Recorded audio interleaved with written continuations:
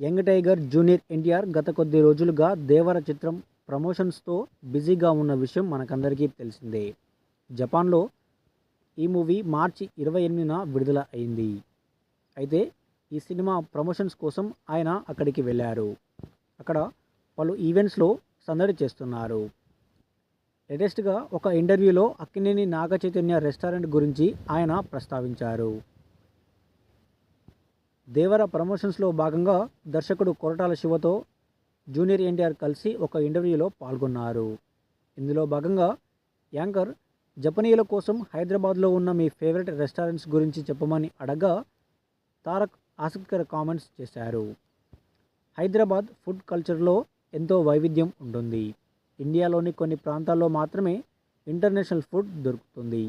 బాంబే, ఢిల్లీ తర్వాత ఇంటర్నేషనల్ ఫుడ్కి హైదరాబాద్ ఒక హబ్గా మారిందని జూనియర్ ఎన్టీఆర్ చెప్పుకొచ్చారు. నేను సుషి అనే జపనీస్ ఫుడ్ని బాగా ఇష్టపడతాను అని చెప్పిన ఎన్టీఆర్ సుషి కోసం షోయు అనే రెస్టారెంట్ కూడా రికమెండ్ చేస్తాను అని చెప్పుకొచ్చారు. మై డియర్ ఫ్రెండ్, నా తోటి నటుడైన నాగ చైతన్య దానికి ఓనర్. అక్కడ బెస్ట్ జపనీస్ ఫుడ్ దొరుకుతుంది. ఫుడ్ అమేజింగ్గా ఉంటుంది అని జూనియర్ ఎన్టీఆర్ చెప్పుకొచ్చాడు. దీంతో ఆయన చేసిన కామెంట్స్ ఇప్పుడు నెట్టింట వైరల్గా మారాయి.